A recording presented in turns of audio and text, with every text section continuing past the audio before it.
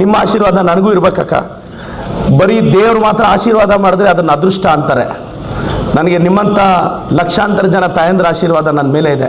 ನಾನು ಇನ್ನು ಸ್ವಲ್ಪ ಬೆಳಿಬೇಕು ಅಂತ ಆಸೆ ಇದೆಯಕ್ಕ. ದಯವಿಟ್ಟು ನೀವೆಲ್ಲ ಆಶೀರ್ವಾದ ಮಾಡಿ. ಬಡವ್ರ ಮಕ್ಕಳನ್ನ ಅಂಗನವಾಡಿಗೆ ಬರೋ ಮಕ್ಕಳು ಫ್ಲೈಟ್ ಮುಖನೂ ನೋಡಿರಲ್ಲ, ಆಕಾಶದಲ್ಲಿ ಹೋದ್ರೆ ನೋಡಿ ಖುಷಿ ಪಡೋದು ಬಿಟ್ಟು ಅಂತ ಮಕ್ಕಳಿಗೆ ಹೇಳ್ಕೊಡ್ಬೇಕು. ಶ್ರೀಮಂತರ ಮಕ್ಕಳು ಹೆಲಿಕಾಪ್ಟ್ರಲ್ಲಿ ಏರೋಪ್ಲೇನಲ್ಲಿ ಹೋಗ್ಲಿ, ನೀವು ಮಾತ್ರ ಆಗಸ್ಟ್ ಎತ್ತರಿಗೆ ಬೆಳಿಬೇಕು ಮಗ ಅಂತ ಮಕ್ಕಳಿಗೆ ಹೇಳ್ಕೊಡ್ಬೇಕಕ್ಕ. ಹಳ್ಳಿ ಮಕ್ಕಳಿಗೆ ಯಾವ ಅಕಾಡೆಮಿ ಇರುತ್ತೆ? ಆ ಮಕ್ಕಳಿಗೆ ಅಂಗನವಾಡಿ ಸ್ಕೂಲೆಲ್ಲ ಮುಗಿದ್ಮೇಲೆ ಫೀಲ್ಡಲ್ಲಿ ನಿಂತು ಶ್ರೀಮಂತರ ಮಕ್ಕಳು ಕ್ರಿಕೆಟ್ ಫೀಲ್ಡಲ್ಲಿ 6 ಹೊಡಿಲಿ ಮಗ, ನೀನು ಈ ಫೀಲ್ಡಲ್ಲಿ ನಿಂತ್ಕೊಂಡು ಮಾರ್ಕೆಟಲ್ಲಿ ಫೀಲ್ಡಲ್ಲಿ 6 ಹೊಡಿಬೇಕು ಅಂತ ಹೇಳ್ಕೊಡ್ಬೇಕಕ್ಕ. ಅವ್ರಿಗೆ ಯಾವುದಾದ್ರೂ ಸಾವಲ್ಲಿ ಸುಮ್ಮನೆ ನೋಡಬೇಕು. ಇವತ್ತು ನಿಮ್ಮ ಹೆಗಲ ಮೇಲೆ ನಮ್ಮ ಹೆಗಲ ಮೇಲೆ ಯಾವನೋ ಇರ್ತಾನೆ, ನಾಳೆ ಇನ್ಯಾವನೋ ಹೆಗಲ ಮೇಲೆ ನಮ್ಮ ಬಾಡಿನೂ ಇರುತ್ತೆ ಅಂತ ಯಾರೂ ಮರ್ತೋಗ್ಬಾರ್ದು. ಇದನ್ನ ಸಚ್ಪೋತೆ ಸ್ಮಶಾನಂಲ అందరినీ ಸೇಮ್ಲ వేస్తారಕ್ಕ, ಪಕ್ಕನೆ ಪಂಡೇಸ್ತಾರಕ್ಕ. ಅಕ್ಕ, ಮೊದಲನೇದಾಗಿ ನಿಮ್ಗೆಲ್ರಿಗೂ ಅಭಿನಂದನೆ ಸಲ್ಲಿಸ್ತೀನಿ. ಯಾವುದೇ ರಾಜಕಾರಣಿಯ MLA MP ಮಿನಿಸ್ಟರ್ ಯಾರ ರೆಕಮೆಂಡೇಶನ್ ಇಲ್ಲದೆ ನಿಮ್ಮ ಯೋಗ್ಯತೆ ಅರ್ಹತೆ ಮೇಲೆ ಈ ಕೆಲಸ ಗಿಟ್ಟಿಸ್ಕೊಂಡಿದ್ದೀರಾ. ಆ ಕಾರಣಕ್ಕೆ ನಾನು ನಿಮ್ಗೆ ಅಭಿನಂದನೆ ಸಲ್ಲಿಸ್ತೀನಿ. ನಾನು ಸ್ಥಳೀಯ ಶಾಸಕನಾಗಿ ನಾನಾಗ್ಬೋದು, ನನ್ನ ಸಚಿವರಾಗ್ಬೋದು, ನಾವು ಒಬ್ಬರು ಕೂಡ ಇನ್ಫ್ಲೂಯೆನ್ಸ್ ಮಾಡಿಲ್ಲ. ನೀವೆಲ್ಲರೂ ನಿಮ್ಮ ಅರ್ಹತೆಯಿಂದ ಕೆಲಸ ತಗೊಂಡಿದ್ದೀರಾ. ಇದು ನಮ್ಮ ಸರ್ಕಾರದ ಒಂದು ದಕ್ಷ ಆಡಳಿತಕ್ಕೆ ನಿಮ್ಮ ಅಪಾಯಿಂಟ್ಮೆಂಟೇ ಸಾಕ್ಷಿ ಅಕ್ಕ. ಇವತ್ತು ಗೃಹಲಕ್ಷ್ಮಿ, ಗೃಹ ಜ್ಯೋತಿ, ಪಂಚ ಗ್ಯಾರಂಟಿಗಳು, ಇವತ್ತೆಲ್ಲ ಅಂಗನವಾಡಿ ಸಹಾಯಕಿಯರು ಕಾರ್ಯಕರ್ತರು ಕೂತಿದ್ದೀರಾ.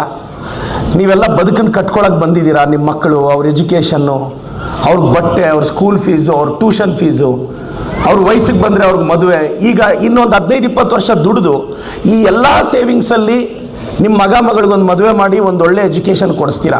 ನೀವಿನ್ನು 20 ವರ್ಷ ದುಡಿಯೋದು ನಿಮ್ಮ ಮಕ್ಕಳ ಫ್ಯೂಚರ್ಗೋಸ್ಕರನೇ. ನಿಮ್ಮನ್ನು ನಂಬ್ಕೊಂಡು ಅಂಗನವಾಡಿಗೆ ಬಡವ್ರ ಮಕ್ಕಳೇ ಬರೋದಕ್ಕ. ಶ್ರೀಮಂತರ ಮಕ್ಕಳಿಗೆ ಪ್ರೈವೇಟ್ ಸ್ಕೂಲ್ಸ್ ಇದೆ, ಇಂಟರ್ನ್ಯಾಷನಲ್ ಸ್ಕೂಲ್ಸ್ ಇದೆ. ಬಡವ್ರ ಮಕ್ಕಳು ಬರ್ತಾರೆ, ವಿಶೇಷವಾಗಿ SC ST ಸಮುದಾಯದ ಮಕ್ಕಳು ಬರ್ತಾರೆ, ಹಿಂದುಳಿದವ್ರ ಮಕ್ಕಳು ಬರ್ತಾರೆ, ಅಲ್ಪಸಂಖ್ಯಾತರು ಬರ್ತಾರೆ. ಶ್ರೀಮಂತರ ಮಕ್ಕಳಿಗಾದರೆ ಕ್ರಿಕೆಟ್ ಅಕಾಡೆಮಿಗೆ ಹಾಕ್ತಾರೆ ಅವ್ರ ಅಪ್ಪ ಅಮ್ಮ. ಕ್ರಿಕೆಟ್ ಅಕಾಡೆಮಿಗೆ ಹಾಕಿ ಲಕ್ಷಗಳು ಫೀಸ್ ಕಟ್ಟಿ ನೀನು ರಣಜಿಯಲ್ಲಿ ಆಡಬೇಕು, ಸ್ಟೇಟ್ಸಲ್ಲಿ ಆಡಬೇಕು, ನ್ಯಾಷನಲ್ಸಲ್ಲಿ ಆಡಬೇಕು ಅಂತಾರೆ. ನಮ್ಮ ಹಳ್ಳಿ ಮಕ್ಕಳಿಗೆ ಯಾವ ಅಕಾಡೆಮಿ ಇರುತ್ತೆ? ಆ ಮಕ್ಕಳಿಗೆ ಅಂಗನವಾಡಿ ಸ್ಕೂಲೆಲ್ಲ ಮುಗಿದ್ಮೇಲೆ ಫೀಲ್ಡಲ್ಲಿ ನಿಂತು ಶ್ರೀಮಂತರ ಮಕ್ಕಳು ಕ್ರಿಕೆಟ್ ಫೀಲ್ಡಲ್ಲಿ 6 ಹೊಡಿಲಿ ಮಗ, ನೀನು ಈ ಫೀಲ್ಡಲ್ಲಿ ನಿಂತ್ಕೊಂಡು ಮಾರ್ಕೆಟಲ್ಲಿ ಫೀಲ್ಡಲ್ಲಿ 6 ಹೊಡಿಬೇಕು ಅಂತ ಹೇಳ್ಕೊಡ್ಬೇಕಕ್ಕ. ಅವ್ರಿಗೆ ಕ್ರಿಕೆಟ್ ಅಕಾಡೆಮಿಯಲ್ಲಿ ಶ್ರೀಮಂತರ ಮಕ್ಕಳು ಆಡಲಿ. ಎಸ್, ಶ್ರೀಮಂತರ ಮಕ್ಕಳಿಗೆ ದೊಡ್ಡ ದೊಡ್ಡ ಇಂಟರ್ನ್ಯಾಷನಲ್ ಸ್ಕೂಲ್ಸ್ ಇದೆ. ಅವ್ರ ತಂದೆ ತಾಯಿ ಅವ್ರನ್ನ ಫ್ಲೈಟಲ್ಲಿ ಕರ್ಕೊಂಡು ಹೋಗ್ತಾರೆ. ಬಡವ್ರ ಮಕ್ಕಳನ್ನ ಅಂಗನವಾಡಿಗೆ ಬರೋ ಮಕ್ಕಳು ಫ್ಲೈಟ್ ಮುಖನೂ ನೋಡಿರಲ್ಲ, ಆಕಾಶದಲ್ಲಿ ಹೋದ್ರೆ ನೋಡಿ ಖುಷಿ ಪಡೋದು ಬಿಟ್ಟು ಅಂತ ಮಕ್ಕಳಿಗೆ ಹೇಳ್ಕೊಡ್ಬೇಕು.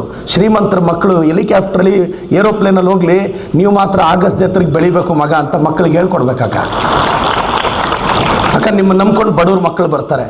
ತಂದೆ ತಾಯಿ ಕೂಲಿಗೆ ಕಳಿಸಿ ನಿಮ್ಮ ಹತ್ರ ಮಕ್ಕಳನ್ನ ಬಿಟ್ಟು ಹೋಗ್ತಾರೆ. ನೀವು ಕೊಡೋ ಒಂದಿಷ್ಟು ತಿಂಡಿ ಆ ಮಗುಗೆ ಆವತ್ತಿನ ದಿನ ಕಳೆಯುತ್ತೆ. ದಯವಿಟ್ಟು ನಾನೆಲ್ಲ ಅಂಗನವಾಡಿ ಕಾರ್ಯಕರ್ತೆಯರಿಗೆ, ಎಲ್ಲ ಟೀಚರ್ಸ್ಗೆ ನಾನು ಕೈ ಮುಗಿದು ವಿನಂತಿಸ್ತೀನಿ. ವಿಶೇಷವಾಗಿ ನಮ್ಮ ಜಿಲ್ಲೆಯಲ್ಲಿ SC ST ಮಕ್ಕಳು ಭಾಳಷ್ಟು ಜನ ಹಿಂದುಳಿದಿದ್ದಾರೆ. ಆ ಮಕ್ಕಳಿಗೆ ನಿಮ್ಮ ಸಹಾಯ ಬೇಕು.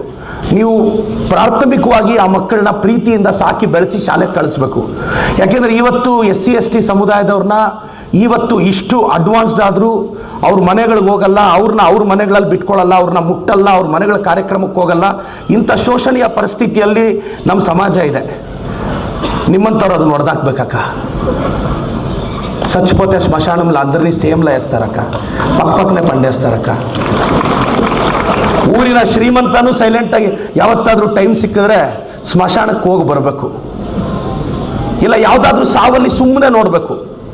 ಇವತ್ತು ನಿಮ್ಮ ಹೆಗಲ ಮೇಲೆ ನಮ್ಮ ಹೆಗಲ ಮೇಲೆ ಯಾವನೋ ಇರ್ತಾನೆ, ನಾಳೆ ಇನ್ಯಾವನೋ ಹೆಗಲ ಮೇಲೆ ನಮ್ಮ ಬಾಡಿನೂ ಇರುತ್ತೆ ಅಂತ ಯಾರೂ ಮರ್ತೋಗ್ಬಾರ್ದು. ಇದನ್ನ ಜ್ಞಾಪಕ ಇಟ್ಕೋಬೇಕು.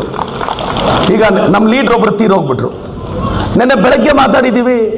ಇವತ್ತು ಬೆಳಗ್ಗೆ ಆಗಲೇ ಹೂವನಾರ ಎತ್ಕೊಂಡ್ಬಂದು ಹಾಕಿದೆ. ಲೈಫ್ ಯಾವುದು ಶಾಶ್ವತ, ಯಾವುದು ಇದು? ಸುಮ್ಮನೆ ಎಲ್ಲ ಕಿತ್ತಾಡ್ತೀವಿ, ಎಲ್ಲ ಇದು ಮಾಡ್ತೀವಿ, ಯಾವುದು ಪರ್ಮನೆಂಟೇ ಅಲ್ಲ. ನಾನು ನಿಮಗೆ ಹೇಳೋದು, ಯಾಕೆಂದರೆ SC ST ಮಕ್ಕಳ ಮೇಲೆ ಬರಬೇಕಕ್ಕ. ನೀವು ದಯವಿಟ್ಟು ಪ್ರೀತಿಯಿಂದ ಅವ್ರನ್ನ ಸಾಕಿ ಬೆಳೆಸಬೇಕು. ಯಾಕೆಂದರೆ ನೀವೇನಾದರೂ ಅವ್ರಿಗೆ ಮತ್ತೆ ಆ ಅಸಮಾನತೆ ಹೇಳ್ಕೊಟ್ರೆ ಮಕ್ಕಳು ಹಿಂದುಳಿದು ಹೋಗ್ತಾರಕ್ಕ. ಈಗ ನನಗೆ ನೀವೆಲ್ಲರೂ ತಾಯಂದರು ನೋಡಿ ಅಕ್ಕ, ಗೃಹಲಕ್ಷ್ಮಿಯಲ್ಲಿ 2,2 ಸಾವಿರ ಕೊಡ್ತಾ ಇದ್ದೀವಿ ಅಕ್ಕ. ಇವತ್ತು ನಮ್ಮ ಪಕ್ಷ, ನನ್ನ ಸರ್ಕಾರ, ನಮ್ಮ ಸಿದ್ದರಾಮಯ್ಯ ಸಾಹೇಬರು, DK ಸಾಹೇಬರು 58,000 ಕೋಟಿ ವರ್ಷಕ್ಕೆ ಖರ್ಚು ಮಾಡ್ತಿದ್ದೀವಿ. ತಿಂಗಳಿಗೆ 2,2 ಸಾವಿರ ಗೃಹಲಕ್ಷ್ಮಿಯಲ್ಲಿ ಬರ್ತಿದೆಯಲ್ಲಕ್ಕ, 2,2 ಸಾವಿರ ಬರ್ತಿದೆಯಲ್ಲಕ್ಕ. ವರ್ಷಕ್ಕೆ 24,000 ಬಂತು. ಬಸ್ಸಲ್ಲಿ ಯಾರಾದರೂ ಚಾರ್ಜ್ ಕೇಳ್ತಿದಾರಕ್ಕ? ಇಲ್ಲ.